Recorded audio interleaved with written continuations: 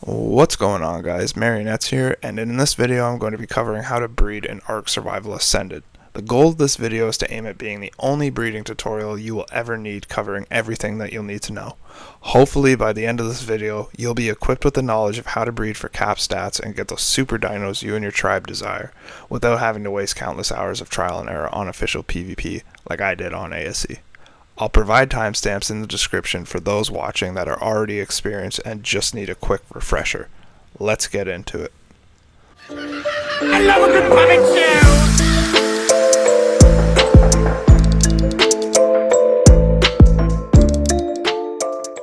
Alright guys, firstly let's talk about the bare bones here and learn about taming and stats. For the video I'll be using Rexes as my dino of choice. The process is generally the same with any dino, with the exception of gestation tames such as racers, mozas, and bassies, to name a few, to which it'll just be a live birth instead of hatching an egg.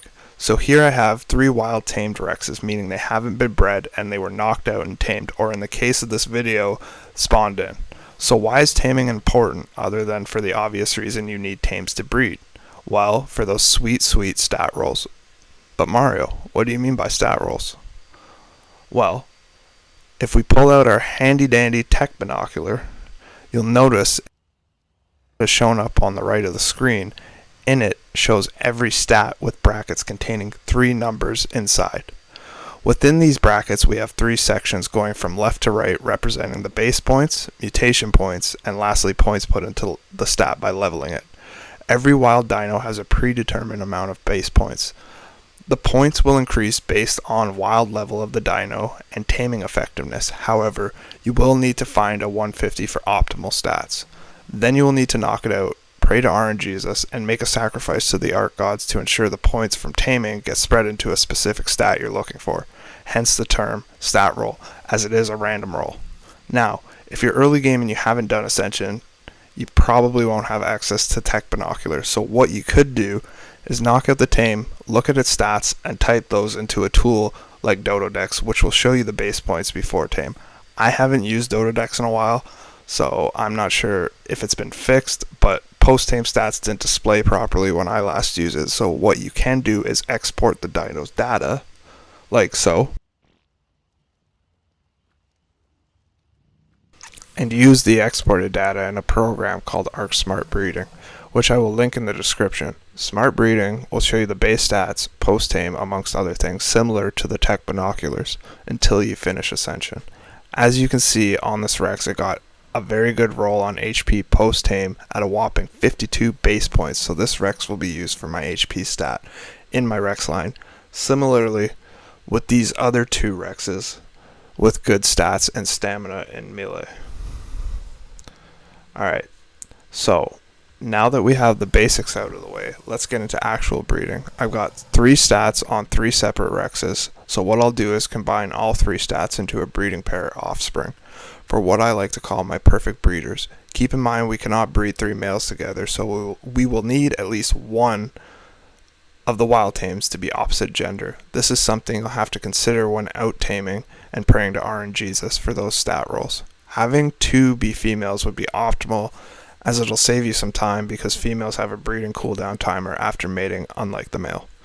You can make the latter work at this stage, it'll just take a little longer. The process of combining stats will take you some time, but with a little patience and more praying to RNGesus, you'll end up with an offspring that looks something like this. This is the outcome of breeding my melee Rex with my stamina Rex. I managed to hatch a Rex with those 2 stats, which I was then able to breed back to my female with the 52 HP base stat in order to eventually end up with a perfect breeding pair that looks like this.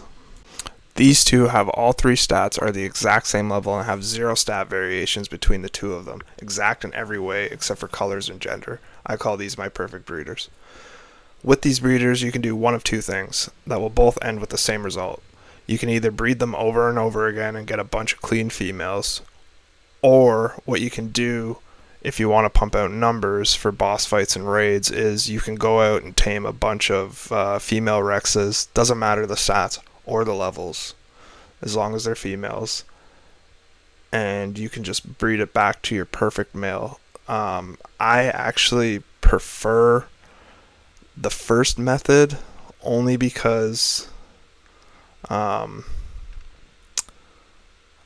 It's the way I bred in ASC in a time before smart breeder and tech binoculars. It was easier to keep track of mutations and stat increases without all the different stat variations which the second method creates.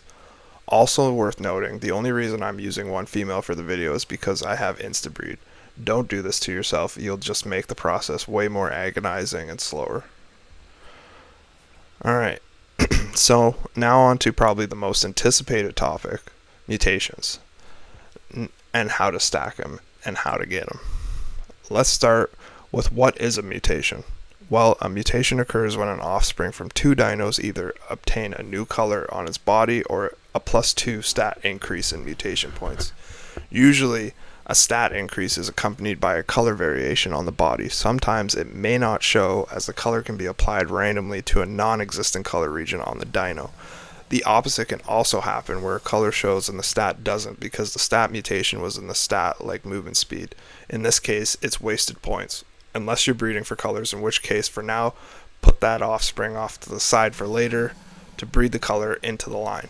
If you look at the ancestry line for your breeders, you'll notice there's a 0 to 20 on each side. This is your mutation counter. When you get a mutation, it will occur either from the mother or the father, hence matrilineal and patrilineal. And that 0 to 20 will turn into a 1 out of 20 for one mutation. This counter is important because a lot of new players or inexperienced breeders will run into issues with this mechanic most often. Once both sides each reach 20 out of 20, you can no longer mutate. That's because both sides are capped on mutations. So how would you go about avoiding that cap so you can infinitely stack mutations? Simple. Remember those perfect breeders? Well, the females need to stay at 0 out of 20 on both sides while you mutate. Only the males. That way, on the offsprings, only one side is stacking mutations. This is what we call stacking mutations. In my years of playing Ark, I've met too many players that will think 20 out of 20 is as far as they can go. This is false. As long as one side remains at 0 out of 20, you can go past 20 on one side. Alright, so moving on, you can see here I have a female offspring from my perfect 0 to 20 breeders, but it has a mutation and it's in melee, which gives it a +2 mutation point to that stat, which increases the overall value of the melee stat. As you can see, the perfect breeder has a melee stat of 511, and the offspring, now with a +2 in melee, has a melee stat of 525, giving it a +14 to the stat value. Big gains. Now, the unfortunate thing about the melee +2 offspring is it's a female. No problem, it just takes a little longer because I'll have to breed it back to the 0 to 20 perfect male. Eventually, it'll give you a baby with that melee mutation on a male. You can breed that male back to all those 0 to 20 perfect females I was talking about, or you'll get lucky like I did, and you'll end up with an offspring with yet another mutation in melee, but this time a male, so now it's +4 in the melee mutation stat. This step will then be repeated again. The +4 melee male will be bred back to the 0 to 20 perfect females, and I'll eventually end up with yet another +2. Now this offspring is at +6. Now, as you can see, we started with 511 melee on the perfect male. We're now at 660 melee with the +6 in melee mutations.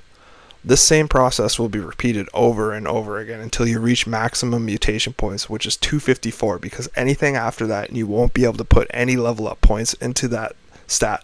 So if you hit 256, you won't be able to level it. So don't go past 254 ever. So eventually, after countless hours of breeding, you'll eventually end up with an offspring that'll have 48 melee base stat plus the 254 mutation points. It'll end up looking like this bad boy with a huge 2,289 melee before imprinting. Which, by the way, imprinting is another process you'll notice while you're raising your babies. You'll need to care for them. Most of the time they'll ask for cuddle or walk, but sometimes they'll ask for different things. It'll pop up above their head while you're breeding them. I recommend doing it because it gives a stat bonus. Plus, it gives a bonus to the player that imprinted the dino while they're riding them. Also, you can see in the binocular stat window, it shows the mutation counter at the bottom of the menu. You'll see one side is at 29 and the other is at 0. This is what I was referring to when I was saying the female perfect breeders needed to be at 0 out of 20 on both sides. If not for that, I wouldn't have been able to go past 20 out of 20 and gotten that plus 254 in melee.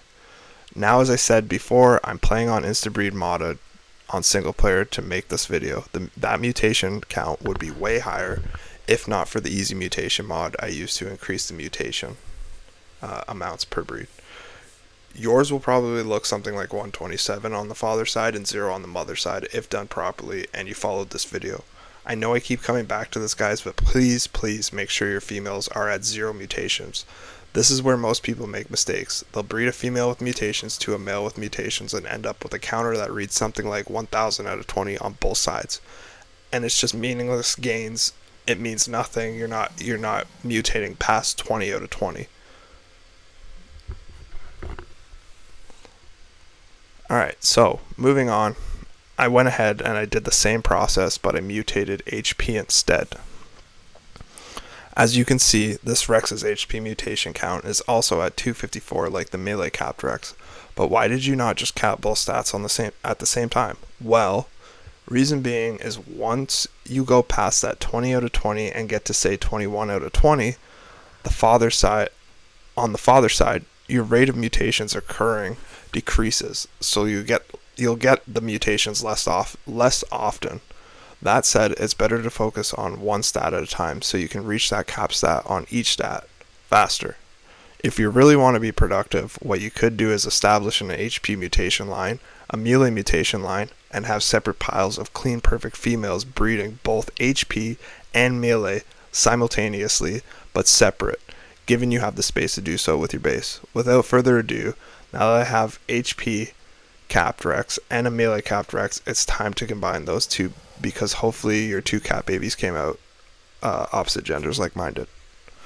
You'll end up with something like this, a Rex that has 254 mutation points in HP as well as melee, which is an absolute monster.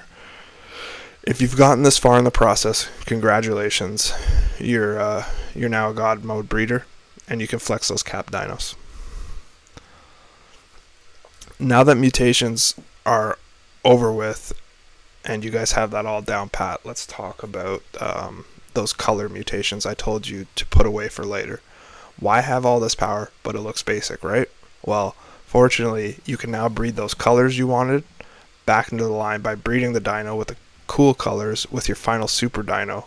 It's that simple. Colors are transferable regardless of mutation counts, so hopefully that helps get you those fabulous hot pink melee capped card charters you want. Now, don't worry, I didn't forget about my homies unofficial or those low boosted unofficial PvP servers that don't want to spend a ton of shards cloning those super dinos, taking away from your tech turret ammo, or in the case of officials, you can't go past that 450 cap.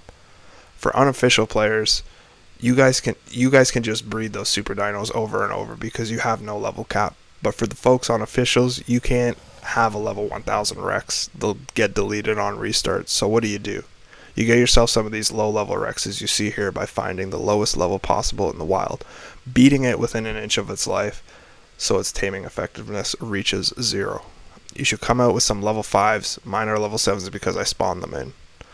You'll notice that these level 7s have a bunch of zeros in the base stat points. That's what you want. You're going to breed those guys together to get a breeding pair of level 2s that you can see here. One with one base stat that's different in each. Eventually, after breeding these two together, you'll end up with a female here that's got 0 in every stat.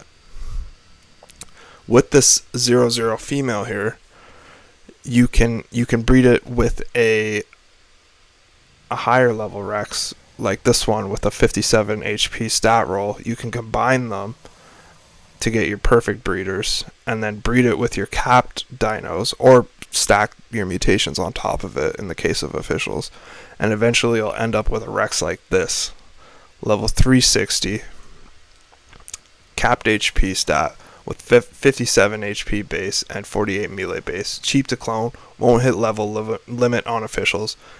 Now you can go drop some towers with your capped HP Rex and that sick Tech Rex saddle you got. Last but certainly not least, with the release of Ark Survival Ascended also comes a new and improved breeding mechanic. In Ark Survival Evolved, there were only two stats, your base stat and the levels. You were stuck mutating that base stat. Say, for example, you could only get your hands on a 43 melee Rex like the one I've used for this video. Your mutations would tack on to that base stat. They weren't separate like they are in Ascended. As you can see, the 44 and the 254 are separate. What this means is you don't have to wait for RNGesus to give you good rolls and stats. On stats, you can immediately start stacking mutations. And say you find a 53 melee Rex like this one down the line, you can transfer that 254 mutations to that 53 melee Rex, increasing its melee even more. Alright guys, that about wraps it up. I really hope this video helps you out, as I know breeding can be very tricky on Ark. Now get out there and breed to your heart's content, but before you do, please leave a like, subscribe, and hit that notification bell for more Ark content, as it really helps my channel out. Also, feel free to comment any questions you have, I'll answer them ASAP. Peace.